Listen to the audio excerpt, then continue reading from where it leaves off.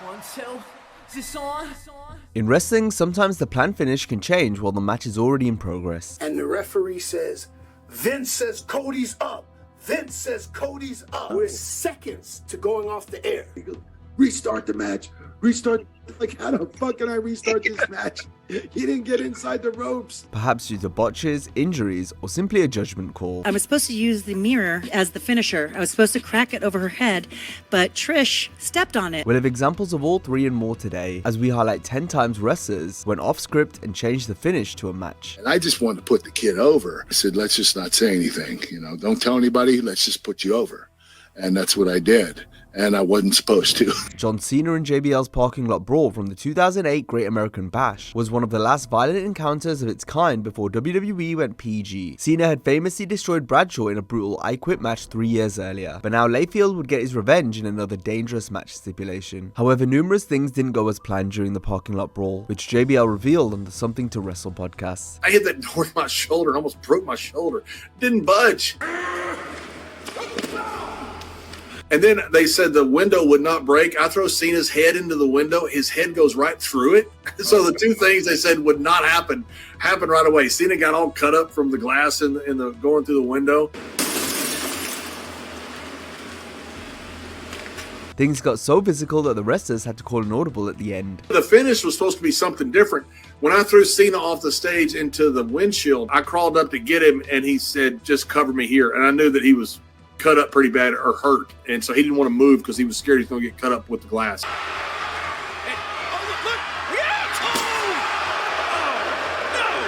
weight of Cena's body collapsing the windshield. That's why the finish ended up on the windshield, right there. Yeah, he had landed on a. That was a legit windshield. He just went flying into it. Bradshaw was still meant to win, but he and John went home early because Cena was too hurt to continue.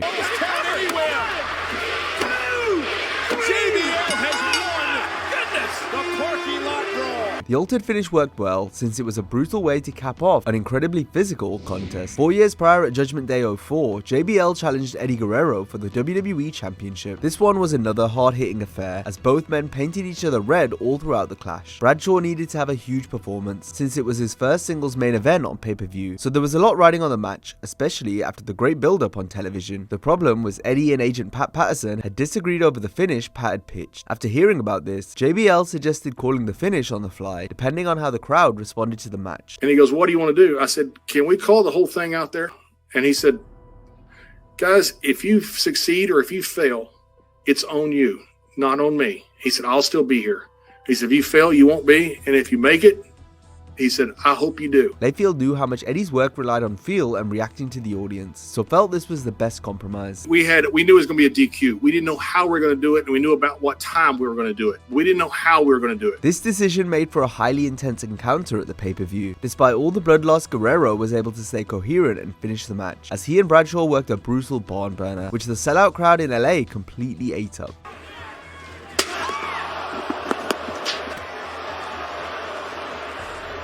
Because Eddie had cut himself so deep with an extra sharp dagger-like blade, the kayfabe story of the finish was that Eddie had lost so much blood the match went out the window, as Guerrero's primal survival instincts kicked in.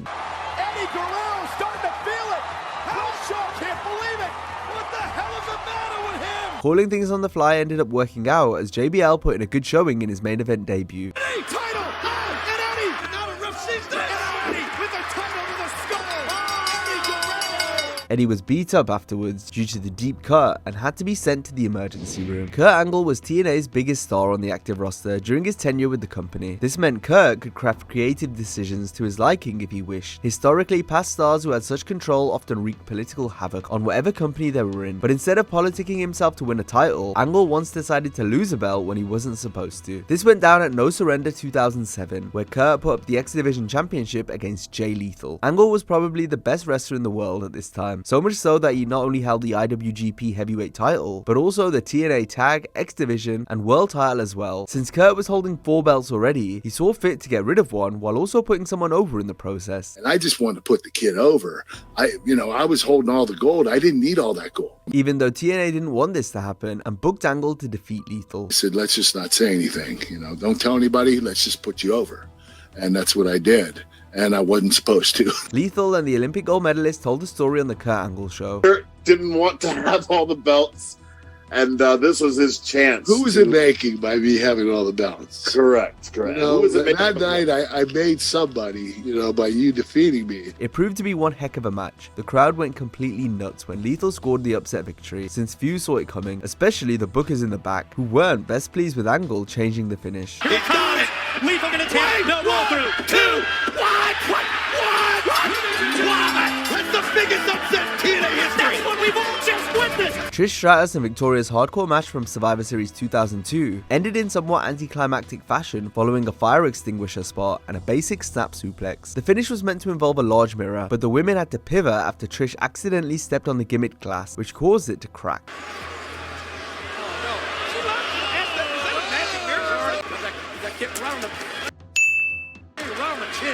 Victoria talked about what happened during interviews with Ring the Bell and Chris Van Vliet. I was supposed to use the mirror as the finisher. I was supposed to crack it over her head, but Trish stepped on it. Trish also attempted to bring in a cookie sheet, perhaps as an alternative to the mirror. However, the sheet fell off the turnbuckle and wasn't seen again in the match. You can then see Victoria realize the mirror had been smashed, so she goes for the fire extinguisher instead. I was like, I don't know what to do. I don't know what to do. Yeah. And my go-to move was, my favorite move was the suplex. I did that as a finish. The fire extinguisher right into the face. Had to get her in the eyes there. Oh, Victoria, the hook of the leg. Did she get it? She got it. You gotta be kidding me. Vince McMahon once decided to change the winner of a match right before it was set to end. The chairman did this as a joke, just as MVP was about to defeat Cody Rhodes on the August 24, 2010 episode of NXT. The match had initially been slated for 10 minutes. Then while already in the ring, MVP and Cody were told by the referee John Crone that they now had 24 minutes, because a different segment in the show was scrapped. MVP revealed this on his Marking Out podcast. The referee's talking to Cody and patting him down and doing his thing, and I hear Cody go, "What the fuck?" In the final stretch of the bout, the ref told MVP that Cody was now going over, per Vince's orders over the earpiece. And the referee says, "Vince says Cody's up. Vince says Cody's up." We're seconds to going off the air. McMahon was in hysterics when the wrestlers got back through Gorilla. We come back through the curtain. Vince takes off the headset and he's laughing.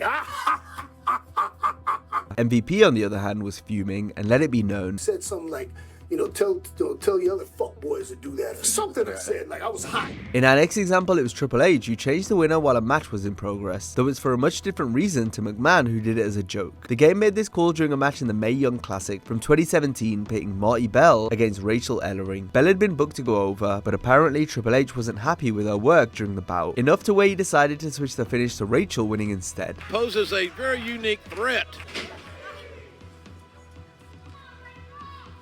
Belle had blown a few spots, which were edited out by the time the match aired. Capitalized on the mistake. Marty on top and Rachel kicking out.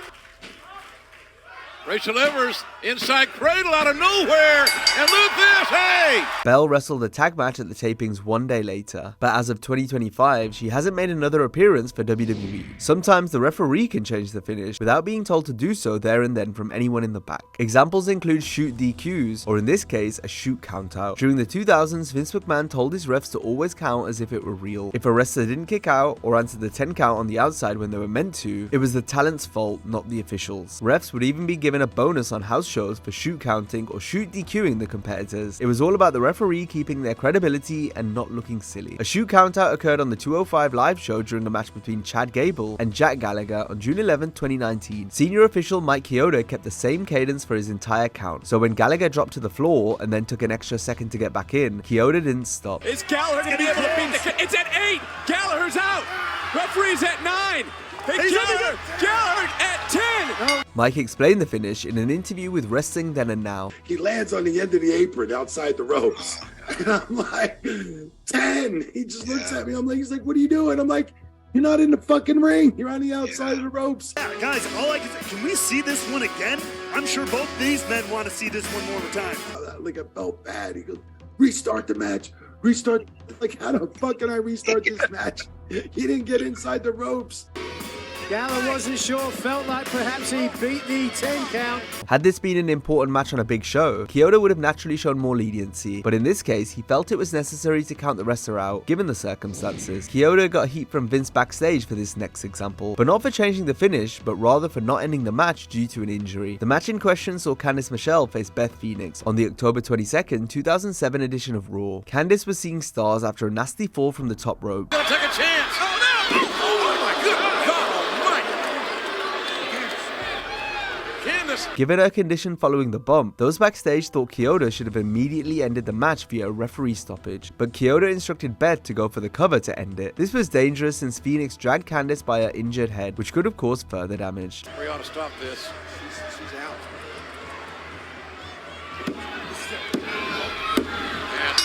Kyoto spoke about the finish during an interview with Rewind, Recap, Relive. Beth didn't know she was hurt even, and she pulled her by her hair and dragged her out. I had so much heat from Vince that I should have called the match. You know, she was concussed, but she wasn't knocked out, and she wound up fracturing her collarbone. Next, we have a referee jumping the gun and immediately ending the match after thinking there was an injury. It happened when Mickie James battled Asuka on the September 14th Raw from 2020. Asuka was booked to win with the Asuka lock, but the ref called for the bell after she was rolled into a pin, despite Mickie never having submitted.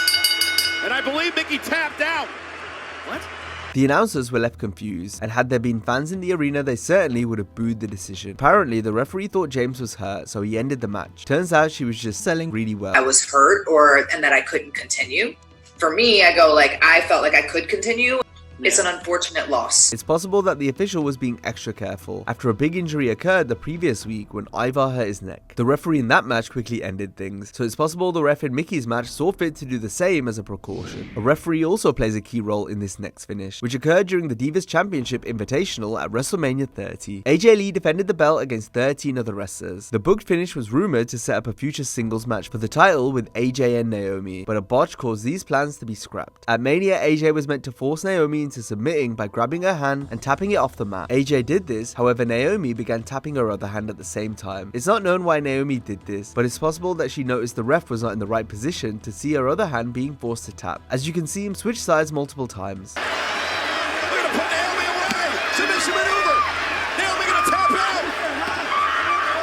out. Meanwhile, Naomi's own side was obstructed given the nature of the Black Widow submission hold. Naomi taps with her right hand for a few seconds, but here's no response from the ref, so she then taps with the left. The camera angle is also in the wrong position to catch the first tap out, so it seems like there was a trilogy of errors, so to speak. Man, AJ gets back in. There we go. Black Widow.